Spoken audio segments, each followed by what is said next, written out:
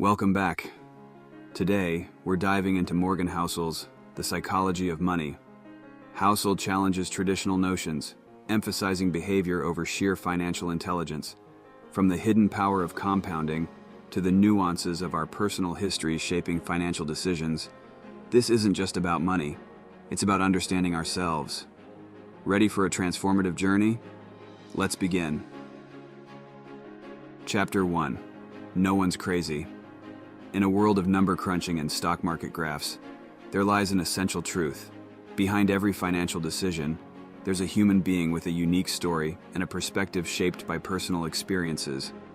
The first chapter, No One's Crazy, delves deep into understanding this phenomenon.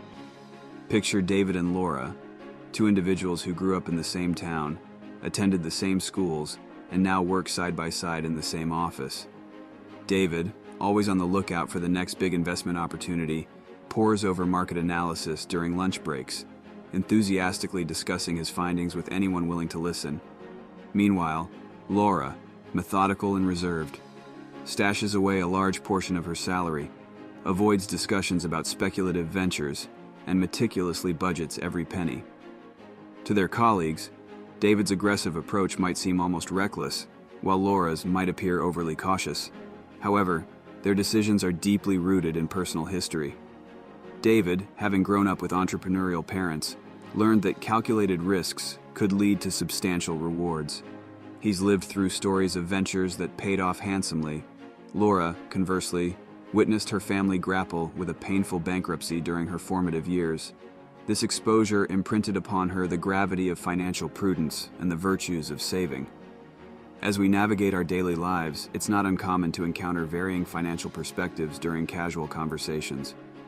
Imagine a relaxed dinner setting where a friend animatedly discusses their recent foray into cryptocurrency, while another deliberates on the stability of real estate investments. Rather than hastily judging or advising, it's worth recalling that each decision emerges from a complex tapestry of personal experiences, lessons learned, and advice internalized. Such moments are ripe for engaging dialogues. By inquiring about their motivations and sharing our own insights, we not only deepen connections, but also cultivate an atmosphere of mutual respect and understanding. Ultimately, the financial choices we encounter, whether our own or others, are intricate narratives shaped by myriad life events. Before casting a decision as irrational, it's essential to fathom the profound interplay of experiences that underlie it. And as we glean from the chapter's insights, principle number 1 is respect individual financial perspectives. Understand that every financial decision is a reflection of a person's unique life story. Chapter 2, Luck and Risk. In the vast theater of financial outcomes, there are lead actors that often remain unseen, luck and risk. Behind many tales of prosperity or downfall, these forces operate subtly, yet powerfully. The chapter Luck and Risk seeks to unveil the intricate dance between these elements, reminding us that outcomes aren't always a direct result of our actions alone. Consider Elena, an entrepreneur who launched a tech startup in the early 2000s. As the dot-com bubble burst and many similar ventures crumbled, Elena's business, against odds, thrived. Fast forward a few years, and it's one of the most successful companies in its domain. While Elena certainly put in immense effort and showcased brilliant strategy, she also benefited from impeccable timing, entering the market just as a new tech wave was rising. Conversely, another equally talented entrepreneur, Raj, launched a similar venture a year earlier, only to see it dissolve in the wake of the dot-com crash. Raj's skills and dedication mirrored Elena's, but the timing and element of luck was not in his favor. It's a scene replayed in casual conversations across dinner tables and coffee shops. You might hear of a friend's stock investment that skyrocketed, giving them a handsome return in just a few months. While skillful research might have played a part, there's also the unpredictable element of market sentiment, world events, or even corporate decisions that could have influenced that stock's trajectory. Another friend might discuss a property they bought that depreciated due to unforeseen neighborhood developments. While they did their due diligence, certain factors remained outside their control. Such stories remind us of a fundamental truth. Our financial journeys are a blend of effort, choices, external factors, and sheer randomness. While it's essential to strategize, work hard, and make informed decisions, it's equally crucial to recognize that luck and risk play significant roles. Acknowledging this can lead to humility in success and compassion in the face of others' struggles. Navigating the complex waters of finance requires not only skill, but also an understanding that outcomes can be influenced by forces beyond our immediate control. As illuminated by the chapter's insights, principle number 2 is embrace the dual role of luck and risk. Recognize that financial outcomes often intertwine with unpredictable factors beyond mere skill or effort. Chapter 3, Never Enough. Amidst the shimmering allure of wealth and success, there exists a potent trap, the insatiable desire for more. In the chase to amass, it's easy to lose sight of what truly satisfies. The chapter Never Enough delves into this very human predicament, emphasizing the need to identify our personal threshold of contentment.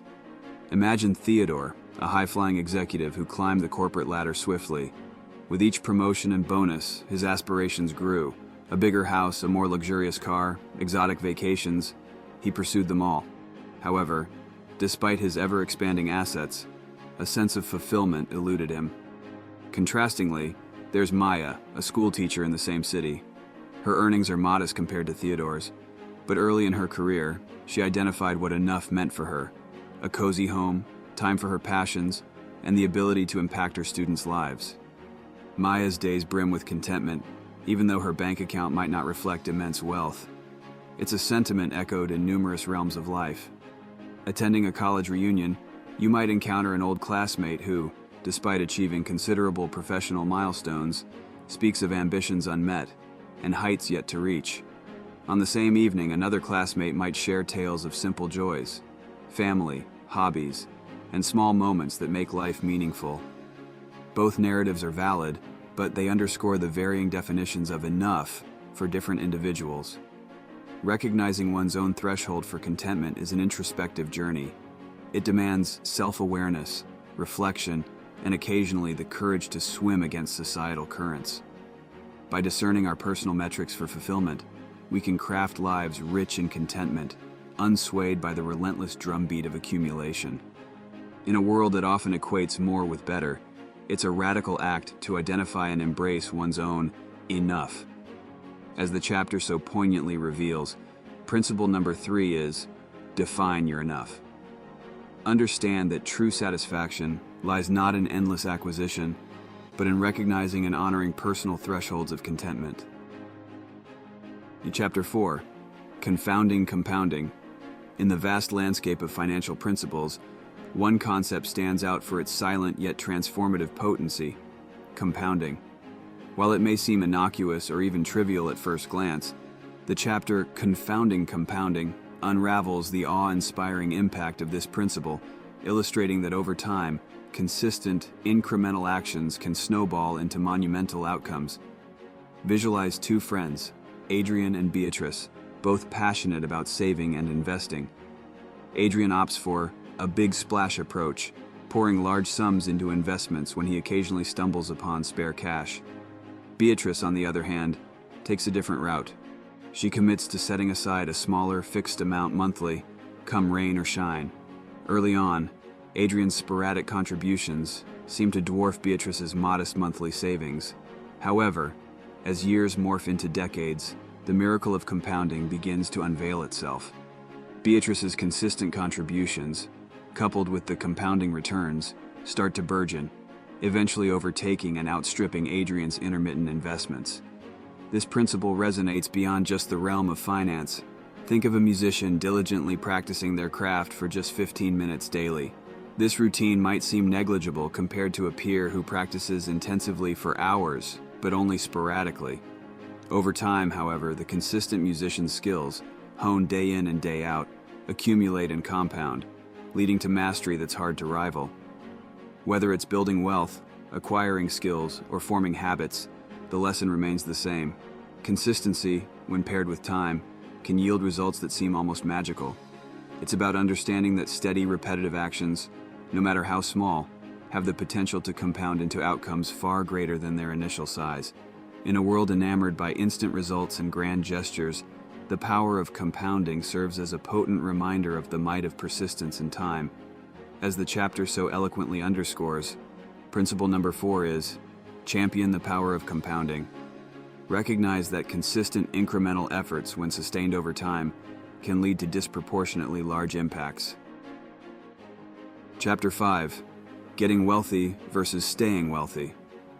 In the multifaceted journey of financial life, two milestones often stand juxtaposed: the exhilaration of acquiring wealth and the intricate art of preserving it. The chapter Getting Wealthy versus Staying Wealthy delves into this duality, shedding light on the distinct skills and temperaments required for each phase. Journey with me to the bustling world of entrepreneurship, where we meet Dominic, a charismatic innovator with an uncanny knack for spotting market gaps. His ventures repeatedly strike gold, filling his coffers rapidly. Yet, as quickly as the wealth flows in, it ebbs away, frittered on high-stake gambles, lavish lifestyles, and poorly vetted investments. Across town, there's Eleanor, a meticulous financial planner. Her initial wealth accumulation might not match Dominic's meteoric rise, but she's a maestro at preservation. Through prudent investments, cautious expenditures, and a keen sense for risk, her wealth not only remains intact, but also steadily grows. This dichotomy isn't limited to the realm of business. Picture a talented athlete who clinches hefty contracts and endorsement deals, but finds their fortunes dwindling due to unchecked spending or misguided ventures. In contrast, a peer with smaller endorsements but astute financial choices finds stability and growth in their assets over the years.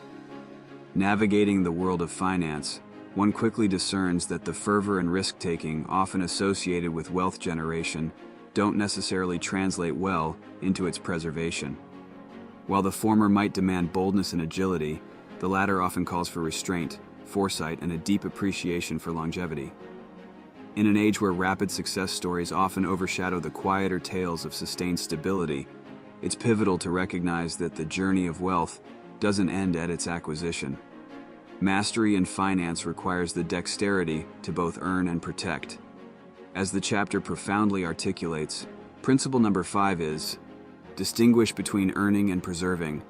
Understand that the skills to create wealth and the prudence to maintain it are two distinct, yet equally crucial facets of financial wisdom. Chapter 6, Tails, You Win. In the intricate tapestry of financial outcomes, there exists a powerful, often understated force, the influence of extreme events. While it's easy to fixate on average or predictable outcomes, the chapter Tails You Win unveils the disproportionate impact that outliers, both fortuitous and calamitous, can exert on financial trajectories. Step into the world of finance with the story of Felix, a seasoned investor with a penchant for diversified portfolios. For years, his investments yield steady, albeit unspectacular returns. Yet one day, a small stake in a fledgling tech startup, which was just another name in his extensive portfolio, skyrockets in value. This outlier, an extreme event, propels his overall returns to levels he hadn't imagined, overshadowing many of his average investments. On the other end of the spectrum, there's Grace, whose well-balanced portfolio suffers a significant hit due to unforeseen geopolitical tensions affecting one of her major investments.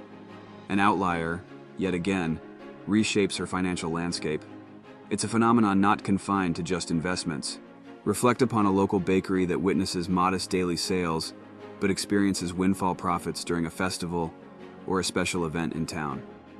Alternatively, a coastal hotel, thriving throughout the year, might face devastating losses due to a rare hurricane. What these scenarios underscore is a fundamental truth. While average outcomes form the bulk of our experiences, it's often the outliers, the unforeseen and extreme events, that leave an indelible mark on financial outcomes. This realization instills a blend of humility and vigilance. While we can strategize and plan, the sheer unpredictability of these tail events means being prepared for both the windfalls and the setbacks. Amidst the vast spectrum of financial possibilities, understanding the outsized role of extreme events is crucial. Their influence might be rare, but their impact is profound. As the chapter adeptly conveys, principle number 6 is, acknowledge the power of extremes. Recognize that financial outcomes are often shaped more by rare, high-impact events than by predictable average occurrences. Chapter 7, Freedom. In the intricate dance of life, money often takes center stage, not merely as a tool for acquisition, but as a potent vehicle for freedom. The chapter Freedom elegantly unravels this nuanced perspective, illustrating that the ultimate luxury money affords is the latitude to live life authentically and on one's own terms. Consider the narrative of Helena, a high-achieving attorney in a bustling metropolis. Her salary affords her a life many would envy: a penthouse, designer clothes, and glamorous vacations. Yet, beneath this veneer of affluence lies a longing for simplicity and genuine experiences. Enter Leo, a freelance writer, whose earnings are a fraction of Helena's. While he doesn't indulge in extravagances, his profession affords him the freedom to work from any corner of the world, pursue passions on a whim, and allocate time to what he values most. For Helena, the realization dawns during a sabbatical. She discovers that the true essence of wealth isn't in the opulence surrounding her, but in the freedom to chase sunsets, delve into long-forgotten hobbies, or simply spend unhurried moments with loved ones. This epiphany catalyzes a shift in her life's trajectory, emphasizing flexibility over mere acquisition. It's a sentiment echoed in countless ways.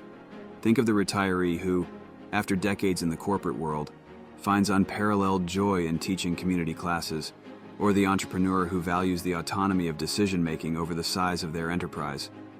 These narratives converge on a singular truth. The ultimate allure of money lies in its ability to grant freedom. In a world where wealth is often equated with opulence, it's a refreshing and transformative perspective to view money as a conduit to genuine freedom. Whether it's the liberty to pursue passions, make independent choices, or curate authentic experiences, the underlying message is clear. As the chapter astutely delineates, principle number 7 is, cherish financial freedom. Understand that the true value of money lies in its capacity to offer autonomy, flexibility, and the privilege to live life on one's own terms. Chapter 8, Man in the Car Paradox. Navigating the labyrinth of human desires, there emerges a profound yet paradoxical relationship between wealth, admiration, and privacy. The chapter titled Man in the Car Paradox delves into this nuanced interplay, highlighting the intriguing journey from the pursuit of societal approval to the eventual quest for seclusion. Let's journey through the life of Alex, an ambitious entrepreneur from a small town. Growing up amidst modest means, Alex often dreamt of the gleaming luxury cars that occasionally passed through his streets. He associated them with success, imagining the admiration and awe they'd command. Fueled by this vision, Alex labors tirelessly, and in due course, his efforts bear fruit. He finds himself in a position to buy that very car he had once dreamt of, a symbol of his hard-won success. Yet, as he drives his dream car through the familiar streets of his hometown, an unexpected realization dawns upon him. While the car does turn heads and elicit murmurs of admiration, Alex feels oddly detached from this external validation. The recognition he once craved now feels intrusive, and he finds himself longing for the days of anonymity, of quiet drives without the weight of watchful eyes. It's a sentiment that resonates with many who scale the heights of wealth and success. Initially driven by a desire for societal validation, be it through luxury possessions, grand homes, or ostentatious displays of wealth, there often comes a point where the spotlight becomes overbearing. The allure of admiration is supplanted by a yearning for privacy, for moments untouched by the public gaze. This paradox underscores a profound evolution in how individuals relate to wealth and success. While societal validation might kickstart the journey, the endgame often gravitates towards personal peace, autonomy, and the sanctuary of privacy.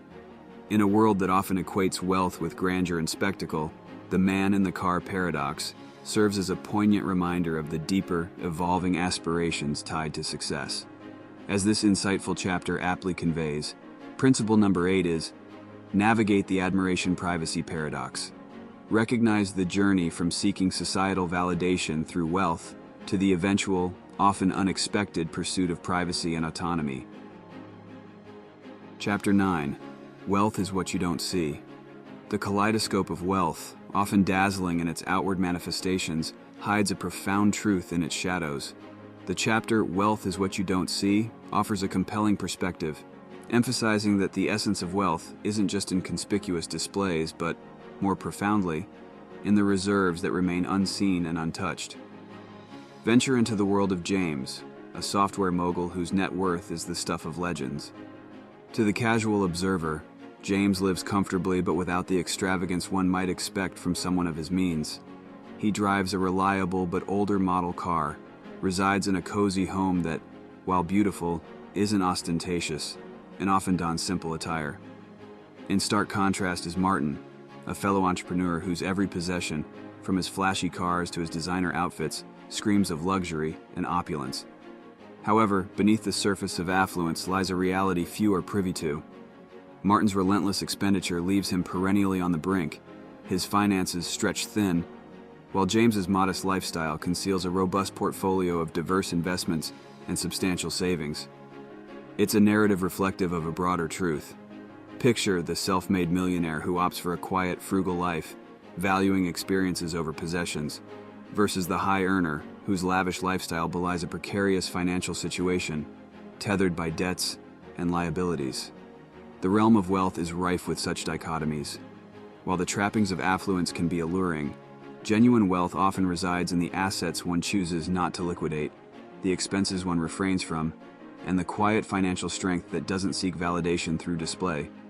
In a society where wealth is often synonymous with visual markers of success, it's a transformative realization to understand that true prosperity often lies in restraint, in the choices unmade, and in the silent strength of assets that remain unseen. As the chapter elegantly encapsulates, principle number 9 is, embrace the unseen wealth. Understand that the truest indicators of wealth are often the assets and reserves that remain hidden, not the conspicuous displays of affluence. Chapter 10. Save money amidst the ebb and flow of life, with its myriad twists and turns. There lies a simple yet profound maxim, the power of saving.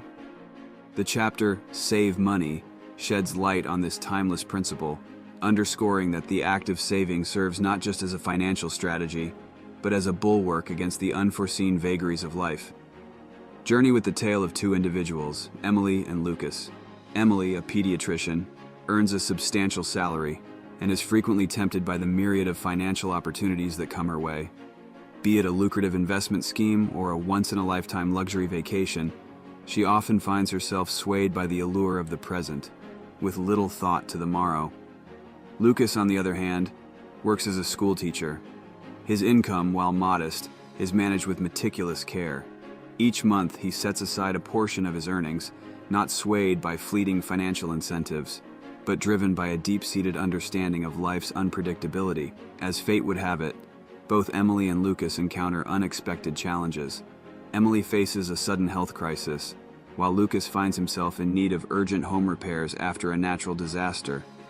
While Emily, despite her considerable income, grapples with financial stress due to her lack of savings, Lucas, with his disciplined saving habit, navigates his challenge with relative ease. This contrast between Emily and Lucas offers a window into a larger truth.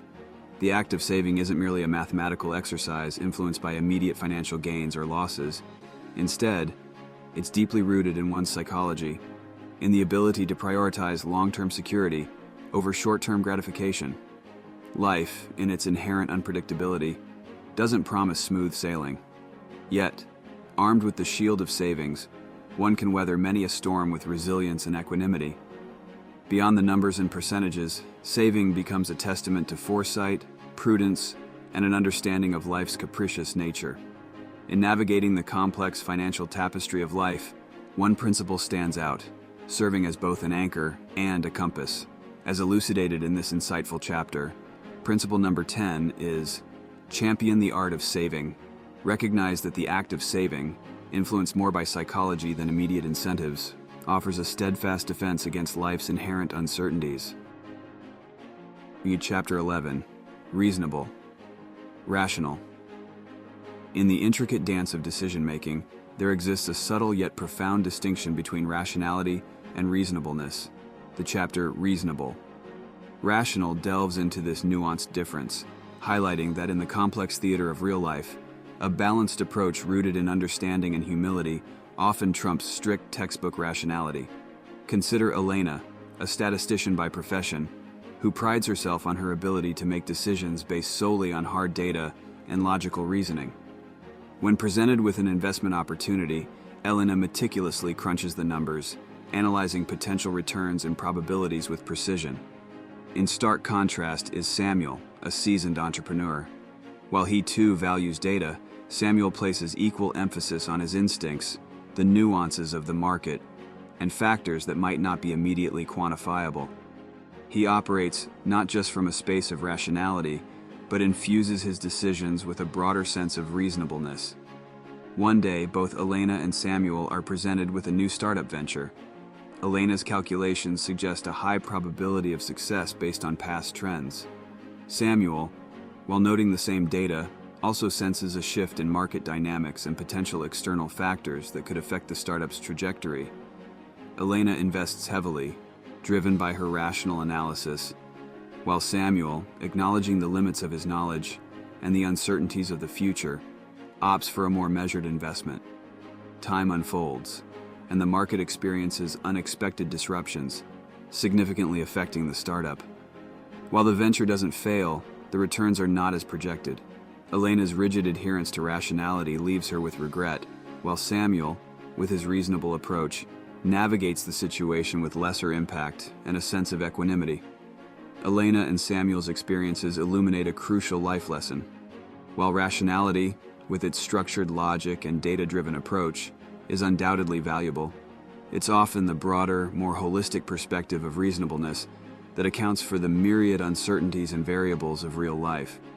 In a world brimming with complexity and unpredictability, it's a powerful realization that sometimes, acknowledging what we don't know and proceeding with a blend of logic and intuition can be more effective. As this chapter so eloquently conveys, principle number 11 is prioritize reasonableness over rationality. Embrace a holistic approach that recognizes the limits of knowledge and the vast spectrum of possibilities. Chapter 12. Surprise. The ever-changing tapestry of life is woven with threads of unpredictability, where the only constant is change. The chapter Surprise explores this intricate theme, underscoring that no matter how meticulously one plans, life has a penchant for serving the unexpected, especially in the realm of finances. Imagine the life of Adrian, a financial planner renowned for his meticulous strategies and foresight. For decades, he's charted the financial journeys of countless clients, earning accolades for his precision and effectiveness. Personally, Adrian too prides himself on his financial acumen, having crafted what he believes to be an ironclad plan for his own future. In a parallel narrative, there's Isabella, a free-spirited artist with a laissez-faire approach to finances. While she does maintain basic financial planning, she's always acutely aware of life's inherent unpredictability and has developed a certain resilience and adaptability to surprises. One fateful day, a global event shakes the financial markets to their core. Investments plunge, industries are disrupted, and even the most stable assets aren't spared. Adrian, despite his comprehensive planning, finds himself grappling with the shock of unforeseen losses. His well-thought-out financial roadmap, so seemingly robust, didn't account for such an unprecedented twist. Isabella, on the other hand, while impacted, navigates the turbulence with a certain equanimity, her inherent expectation of life's surprises providing her a cushion of emotional resilience. This divergence in their experiences sheds light on a profound insight. While planning is undeniably crucial, it must be complemented with the understanding that life, in its infinite wisdom, will invariably serve surprises. The true mettle of financial wisdom, then, lies not just in crafting plans, but in developing the agility to adapt when those plans are thrown off course. In navigating the maze of financial planning, it becomes evident that a plan, no matter how comprehensive, is but a guiding star, not the definitive path. The surprises along the way test our resilience, adaptability, and our ability to embrace the unexpected. Echoing the essence of this enlightening chapter, principle number 12 is, expect the unexpected. Recognize the omnipresence of surprises and cultivate the agility to adapt in the ever-evolving dance of financial planning. Chapter 13. Room for Error. Life, in its dynamic and ever-changing nature, rarely adheres strictly to our meticulously charted plans. The chapter Room for Error illuminates this reality, emphasizing that while predicting the future with pinpoint accuracy is a fool's errand, building buffers and safety nets can be a savior in the face of life's inevitable curveballs. Consider the story of Lucas, an engineer known for his precision. In both his professional and personal life, Lucas loves to plan to the last detail, believing that precision is the key to success. He meticulously crafts a financial plan, calculating his expected expenses, income, and investments down to the last cent. In his perspective, this laser-focused approach ensures maximum efficiency and utilization of resources. On the other side of town lives Maya, a school teacher with a different approach to planning. She too has a financial plan, but she always includes a margin of safety, a buffer of funds set aside for unexpected events. Maya believes in the adage, "Prepare for the best, but plan for the worst." She feels that life, with its myriad surprises, often demands more than what we initially account for. Several years down the line, a series of unexpected events occur: a global financial crisis, health emergencies, and sudden career changes. Lucas, with his precise-to-the-penny plan, finds himself struggling, his financial roadmap disrupted by unforeseen expenses he hadn't accounted for. Maya, with her buffer, navigates these challenges more comfortably. While she too faces difficulties, her room for error gives her breathing space, allowing her to make decisions without panic and immense strain. Lucas and Maya's contrasting experiences underscore a timeless lesson. In the unpredictable journey of life, it's not just about the roadmap you create, but the extra provisions you make for the detours and roadblocks you might encounter along the way. Embracing the unpredictable, expecting deviations, and planning with a cushion can make the difference between weathering the storm and being swept away by it. As encapsulated in the wisdom of this chapter, principle number 13 is, always allow for a margin of safety, the acknowledgement that life's unpredictability necessitates a buffer in our financial endeavors. Chapter 14, You Will Change. The journey through life is not a static path, but rather a dynamic, ever-evolving trek, shaped by experiences, learnings, and personal growth. The chapter You'll Change delves into this profound truth, highlighting the fact that just as our personalities, dreams, and aspirations undergo transformations, so too do our financial priorities and desires.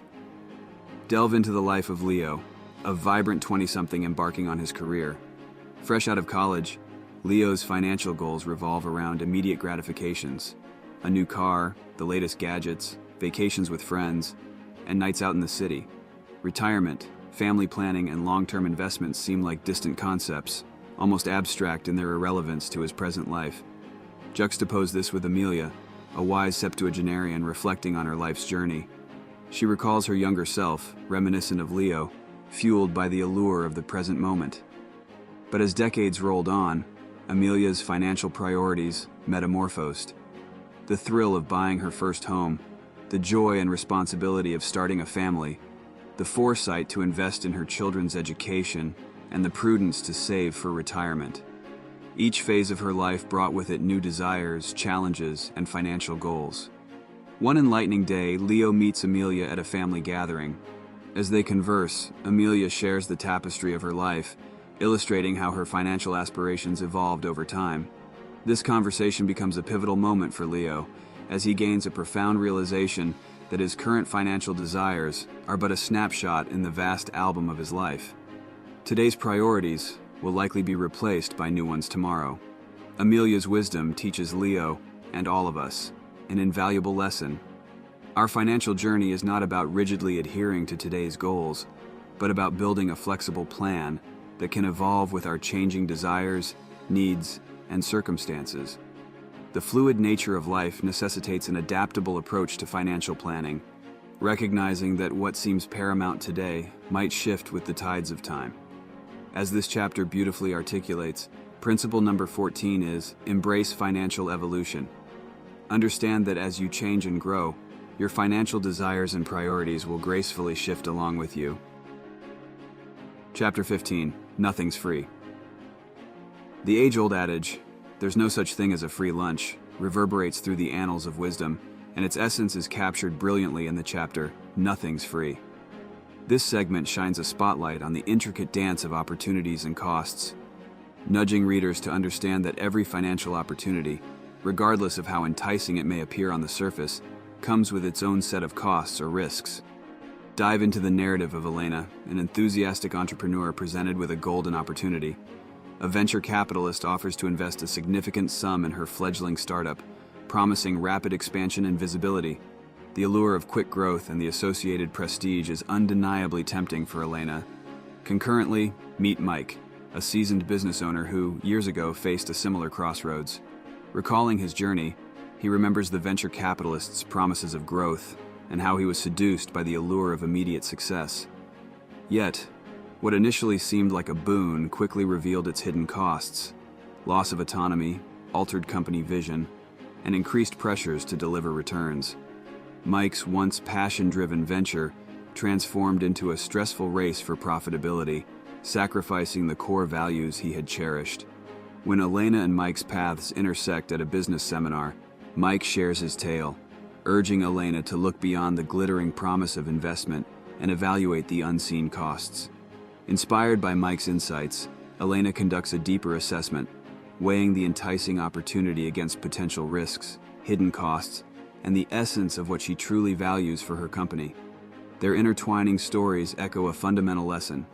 While opportunities may dazzle us with their shine, it's paramount to evaluate their hidden costs. Whether it's in business, investments, or personal financial decisions, understanding the underlying risks and trade-offs ensures that we make informed choices that align with our long-term vision and values. In the intricate dance of finance, every step, every leap, and every spin comes with its costs. Recognizing and understanding these costs is pivotal to ensuring that our financial ballet is both graceful and sustainable. Reflecting the wisdom of this chapter, principle number 15 is: evaluate the hidden costs. Recognize that every financial opportunity comes intertwined with its associated risks and trade-offs. Chapter 16, You and Me. The tapestry of human decisions, beliefs, and behaviors is intricately woven with the threads of stories and narratives we absorb and internalize. In You and Me, the chapter dives deep into this fascinating interplay, highlighting how the tales we tell ourselves, especially about money, profoundly shape our financial choices and trajectories. Venture into the world of Mia, an avid reader with a penchant for historical novels. Over the years, she has subconsciously shaped her view of the world through the eyes of her beloved characters, often romanticizing the past. This extends to her financial beliefs, where she often yearns for the good old days of gold standards, mistrusting modern financial instruments, and harboring skepticism about the stock market's complexities. Parallelly, there's Alex, a tech enthusiast who is continually consumed by stories of startups turning into overnight successes. In his narrative, every tech stock is a golden ticket to exponential wealth, every dip in the market a buying opportunity, every spike a validation of his beliefs. As Mia and Alex strike up a conversation at a mutual friends gathering, they begin discussing their investment strategies. The contrast in their narratives becomes evident. Mia speaks of tangible assets, cautioning against the volatile nature of stocks. Alex, bursting with optimism, shares tales of tech moguls and the boundless potential of emerging technologies. But as they delve deeper into their motivations, a mutual friend, Priya, a financial advisor, interjects. She emphasizes the importance of recognizing the stories they've told themselves and how these narratives, unchecked, can cloud judgment and lead to potentially unwise financial decisions. Priya suggests that by being aware of these ingrained tales, one can find a balance, making financial choices grounded in both logic and personal values, rather than mere stories. Mia's and Alex's exchange illustrates a potent lesson. While stories can inspire and guide, they can also mislead. The narratives we latch onto, whether they are of past glories or future promises, play a significant role in shaping our financial choices. But with self-awareness and reflection, we can separate the story from the fact and navigate our financial journeys more wisely. As we traverse the financial landscape, it's essential to pause, reflect, and understand the stories that guide our steps. Drawing from the chapter's insights, principle number 16 is: discern the narratives. Recognize and analyze the stories you tell yourself about money to pave the way for sound financial decisions. Chapter 17, The seduction of pessimism. Our perception of the world, often colored by the lens through which we choose to view it, can be swayed by the allure of certain emotions and attitudes. The seduction of pessimism delves into this captivating pull, unraveling the reasons pessimism often appears more intelligent and sophisticated, especially in the context of financial markets, even when optimism might be the more rational stance. Step into the realm of Vincent, a respected financial analyst known for his somber forecasts. He often speaks of looming economic downturns, warning of bubbles waiting to burst and emphasizing caution at every turn. Vincent's pessimistic approach gains him a reputation for sagacity, as his warnings sound profound, especially amidst the uncertainties of the financial landscape. On the other side of the spectrum, there's Isabel, an investor with an optimistic outlook. She acknowledges the risks and uncertainties inherent in the market but believes in its long-term potential and growth. While she respects Vincent's insights, she feels that an unduly pessimistic approach might miss out on significant opportunities.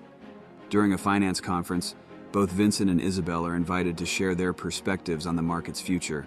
As Vincent paints a bleak picture, citing past downturns and potential risks, the audience is engrossed, nodding in agreement, the weight of his words apparent. When Isabel takes the stage, she speaks of resilience, innovation, and the market's proven ability to recover and thrive over time. While her message is uplifting, it doesn't carry the gravitas of Vincent's warnings. Post their talks, a seasoned investor, Lucas, approaches them both. He points out that while pessimism often sounds wise, especially when discussing financial markets, it's essential to balance it with historical data and optimism's rationality.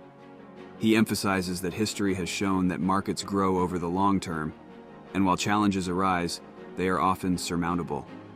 Vincent and Isabel's perspectives showcase the eternal dance between pessimism and optimism in financial circles. While it's tempting to be swayed by the intellectual allure of pessimism, it's crucial to remember that optimism, when grounded in reality and data, can be an equally, if not more, potent guide in the financial journey.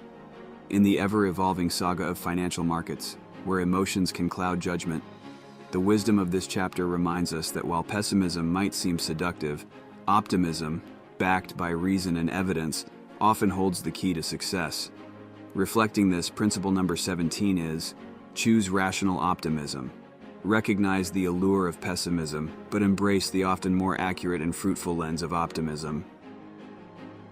Chapter 18, when you'll believe anything. Desperation, akin to a dense fog, can severely cloud judgment and impair the ability to discern. When you'll believe anything probes this human tendency, emphasizing how, especially in financial crises, desperation makes individuals more prone to fall for dubious schemes and heed ill-advised counsel. Journey into the life of Elaine, a hardworking individual who had always played it safe with her finances. However, after a series of unfortunate events, including a job loss and mounting medical bills, Elaine finds herself in a precarious financial situation. With looming debts and the stress of unpaid bills, she becomes desperate to find a way out. Enter Dominic, a charismatic figure with a proposition that seems too good to be true. He presents an investment opportunity, promising exponential returns in a short time. The venture, while described in intricate jargon and showcased with impressive graphs, is fundamentally flawed and risky. However, amidst her desperation, Elaine is drawn in, seeing it as her ticket out of financial strife. Meanwhile, her close friend, Jeremy, catches wind of her plans. Alarmed by the glaring red flags and aware of the dubious nature of Dominic's scheme, he tries to intervene. Jeremy shares stories of others who, in their moments of desperation, had fallen prey to similar scams, only to end up in worse financial straits. Despite his pleas, the allure of a quick fix blinds Elaine, and she pours her savings into Dominic's venture. Unfortunately, as Jeremy feared, the scheme collapses, and Elaine loses her investment. The experience serves as a harsh lesson, not just for Elaine, but for all who hear her story. In moments of desperation, the allure of seemingly miraculous solutions can be overwhelmingly tempting, making individuals vulnerable to predatory schemes and misguided advice. Elaine's story serves as a poignant reminder.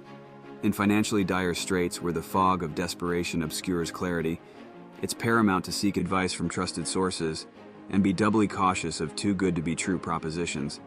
Navigating the treacherous waters of financial desperation, the insights of this chapter underscore the importance of vigilance and the danger of misplaced trust.